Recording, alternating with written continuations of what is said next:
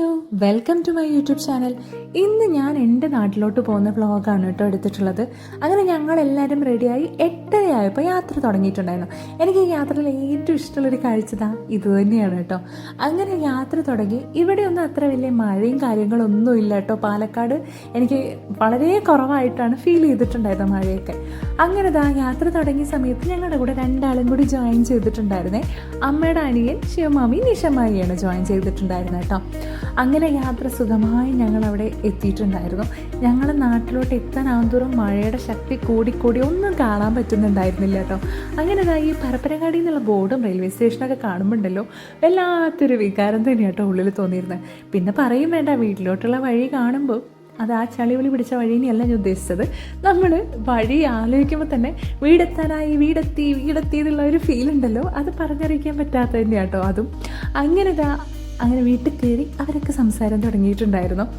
എനിക്ക് എപ്പോഴും തോന്നിയിട്ടുണ്ട്, നമ്മൾ പ്രവാസികൾക്കാണ് അതെപ്പോഴും വീട്ടിലേക്ക് വരിക എന്ന് പറയുന്ന ഒരു വികാരം ഉണ്ടല്ലോ, അത് പറഞ്ഞറിയിക്കാൻ പറ്റാത്തതാണ്. അത് എത്ര പറഞ്ഞാലും അത് തീർക്കാൻ പറ്റാത്തൊരു കാര്യം തന്നെയാണ് അല്ലേ. അങ്ങനെ ഇവർ ഈ വർത്തമാനം പറയുന്ന ഗ്യാപ്പിൽ ഞാൻ അടുക്കളയിൽ പോയി നോക്കിക്കഴിഞ്ഞപ്പം അമ്മ വിഭല സമൃദ്ധമായൊരു സദ്യ തന്നെ ഒരുക്കി വെച്ചിട്ടുണ്ടായിരുന്നേ. സദ്യ എന്ന് പറയാമെന്ന് എനിക്കറിയില്ല, നോൺ വെജും കൂടി അടങ്ങിയിട്ടുള്ളൊരു സദ്യ തന്നെയായിരുന്നു കേട്ടോ. ഇത്രയും സാധനങ്ങൾ ഒരാൾ ഉണ്ടാക്കി വെക്കുക എന്നുള്ള ഇനി സത്യം പറഞ്ഞാൽ ഭയങ്കരമായിട്ട് ഇത് എങ്ങനെ ചെയ്ത് തീർത്തു എന്നറിയില്ല. പ്രത്യേകിച്ച് അമ്മയ്ക്ക് കുറച്ച് ഹെൽത്ത് ഇഷ്യൂസ് ഉണ്ട്. അപ്പം അതിൻ്റെ ഇടയിൽ കൂടെ ആൾ എങ്ങനെ ഇതൊക്കെ ഫിനിഷ് ചെയ്തു എന്നുള്ളത് ഭയങ്കര അത്ഭുതം തന്നെയായിരുന്നു കേട്ടോ. അങ്ങനെ എല്ലാവരും കഴിക്കാനിരുന്നു. ഞങ്ങൾ എത്തിയപ്പോൾ തന്നെ 12:30 കഴിഞ്ഞിട്ടുണ്ടായിരുന്നേ. ആ കൂട്ടത്തിൽ ഇരിക്കുന്ന വ്യക്തിയാണ് ഞങ്ങളിവിടെ എത്തിച്ചത്. രാംദാസ് ഏട്ടനാണ് അത്രയും സേഫായിട്ട് ഞങ്ങളിവിടെ എത്തിച്ചിട്ടുണ്ടായിരുന്നത് കേട്ടോ. വളരെ സുഖകരമായ യാത്രയായിട്ടായിരുന്നു ഫീൽ ചെയ്തിട്ടുണ്ടായിരുന്നത്. അങ്ങനെ ഇവരുടെ കഴിക്കൽ കഴിഞ്ഞപ്പോൾ അടുത്തത് എൻ്റെ ടേണായിരുന്നു. ഇത്രയും കാര്യങ്ങൾ അങ്ങ് ഫിനിഷ് ചെയ്തപ്പോൾ കിട്ടിയൊരു സമാധാനം സന്തോഷമുണ്ടല്ലോ, പറഞ്ഞറിയിക്കാൻ ഇവിടെയും പറ്റുന്നില്ല. അത് കഴിഞ്ഞ് നേരെ പോയത് അമ്മമ്മേനെ കാണാനായിരുന്നു. അമ്മയുടെ അനിയൻ്റെ കൂടെയാണ് അമ്മമ്മ താമസിക്കുന്നത് കേട്ടോ. അമ്മമ്മേനെ മാത്രമേ ഇവിടെ കാണാൻ പറ്റുള്ളൂ. മാമി അമ്മായിയൊക്കെ വർക്കിംഗ് ആയതുകൊണ്ട് ആരും ഉണ്ടായിരുന്നില്ല. ഈ ആളുടെ വാലാട്ടിൽ കണ്ടാത്തൊന്നും എന്നെ നല്ല പരിചയം. എവിടെ കുറച്ച് എന്നെ അവിടുന്ന് വീട്ടിൽ നിന്ന് ഓടിച്ച അവസ്ഥയായിരുന്നു. അങ്ങനെ തിരിച്ച് വന്നു കഴിഞ്ഞപ്പം അച്ഛനും പേരക്കുട്ടിയും അച്ഛമ്മയും പേരക്കുട്ടിയും കൂടെ ഒക്കെ സ്നേഹപ്രകടനമായിരുന്നു കേട്ടോ. കനിമോൾക്ക് ഇതിവിടെ സ്ഥിരമാണേ. കുറേ കാലങ്ങളായിട്ട് ഇങ്ങനെ തന്നെയാണ് അവളുടെ സ്നേഹപ്രകടനം. അപ്പോൾ എനിക്ക് തോന്നാറുണ്ട് ഒരു 10 മാസത്തെ കടം മൊത്തം അവൾ ഒറ്റയടിക്ക് തീർക്കുകയാണോ എന്നുള്ളത്.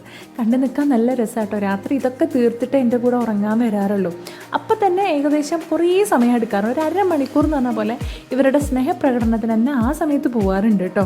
ഇപ്പോൾ ഈ കാണുന്നതൊക്കെ വെറും ചെറുത് മാത്രമാണ്. അങ്ങനെ ആ കണക്കുകളെല്ലാം അവളവിടെ തീർത്ത് വെച്ചിട്ട് പിന്നെ നേരെ അവർ യാത്രയൊക്കെ പറഞ്ഞ് ഇറങ്ങുകയായി കേട്ടോ. പിന്നെ ഇത്ര ദൂരത്തുനിന്ന് കല്യാണം കഴിച്ചതുകൊണ്ട് തന്നെ യാത്രയിലാണ് ഏറ്റവും കൂടുതൽ ഞങ്ങൾക്ക് സമയം പോകാറുള്ളത്. ഏകദേശം 3.5-4 മണിക്കൂർ യാത്രയാണ് ഞങ്ങൾക്ക് വരാറുള്ളത്. ഞങ്ങൾ രാവിലെ ഇവിടുന്ന് 8:30 ഇറങ്ങിയിട്ട് ഇവിടെ കയറുന്നത് 12:30 ആയിരുന്നു. അതേപോലെ തന്നെ അവരിവിടുന്ന് ഒരു 3 മണിയൊക്കെ ആയപ്പോൾ തിരിച്ചു പോയിട്ടുണ്ട്. 7:30 ആയപ്പോഴാണ് അവർ പല്ലശ്ശന വീട്ടിൽ കയറിയത്. അപ്പോൾ അങ്ങനെ യാത്രയിലാണ് ഏറ്റവും കൂടുതൽ സമയം പോകാറുള്ളത്. അതുകൊണ്ട് തന്നെ 2 വീട്ടുകാരും അങ്ങോട്ട് കൊണ്ടാക്കുന്ന കാര്യങ്ങളും കൊണ്ടുവരുന്ന കാര്യങ്ങളൊക്കെ ഞങ്ങളേട്ടോ കൊണ്ടുവരുന്ന കാര്യങ്ങളൊക്കെ ആകുമ്പം അവരെങ്ങ് ഏറ്റെടുക്കാറാട്ടോ. കാരണം മോളെയും വെച്ച് എൻ്റെ കയ്യിൽ അത്യാവശ്യം ലഗേജ് ഉണ്ടായിരിക്കും. കാരണം എല്ലാവർക്കും കണക്ട് ചെയ്യാൻ പറ്റുന്നൊരു കാര്യമാണ്. നമ്മൾ ദൂരത്തുനിന്ന് വരികയാണ്, നമ്മൾ വന്നു കഴിഞ്ഞാൽ എന്തെങ്കിലും കാര്യങ്ങൾ വരിക. പിന്നെ മഴക്കാലമാണ് ഞങ്ങൾ വരുന്നത്. പിന്നെ മോളും കൂടി ഉള്ളതുകൊണ്ട് തന്നെ അത്യാവശ്യം ലഗേജ് എന്തായാലും ഉണ്ടായിരിക്കും. അപ്പോൾ പിന്നെ ട്രെയിനിലൊക്കെ വരിക എന്ന് പറയുന്നത് കുറച്ച് ബുദ്ധിമുട്ടുള്ളതുകൊണ്ട് തന്നെ എപ്പോഴും വണ്ടി വിളിച്ചിട്ട് അവിടുന്ന് ഇങ്ങോട്ടേക്കും ഇവിടുന്ന് അങ്ങോട്ടാകുമ്പോൾ എൻ്റെ അച്ഛനും അമ്മയും കൊണ്ടാക്കുകയാണ് ഉണ്ടായിട്ടുള്ളത് കേട്ടോ. ആകെ 1-2 പ്രാവശ്യം മാത്രമേ ഞാൻ ട്രെയിനിൽ പോയിട്ടുണ്ടായിരുന്നുള്ളൂ. അപ്പോൾ അതുകൊണ്ട് തന്നെ ഈ 2 വീട്ടുകാർക്കും കാണാൻ കിട്ടുന്ന അവസരങ്ങളും അങ്ങനെയാണ്. പക്ഷേ സ്പെൻഡ് ചെയ്യാൻ കിട്ടുന്നത് ആകെ ഒരു 2.5 മണിക്കൂറാണെന്നുള്ളത് എപ്പോഴും ഒരു നെഗറ്റീവായിട്ട് ഫീൽ ചെയ്യാറുമുണ്ട്. അങ്ങനെ ആ ഒരു സമയവും കഴിഞ്ഞ് അവരങ്ങനെ തിരിച്ച് യാത്ര ചെയ്യണം. വേഗം വരണേ എന്നുള്ളതാണ് കേട്ടോ അവർ പറഞ്ഞുകൊണ്ടിരിക്കുന്നത്. അത് പിന്നെ അങ്ങനെ ആയിരിക്കുമല്ലോ. വന്നിട്ട് ഒരു 25-26 ദിവസത്തോളം ഞാനിപ്പോൾ പല്ലശ്ശന ഉണ്ടായിരുന്നുള്ളൂ.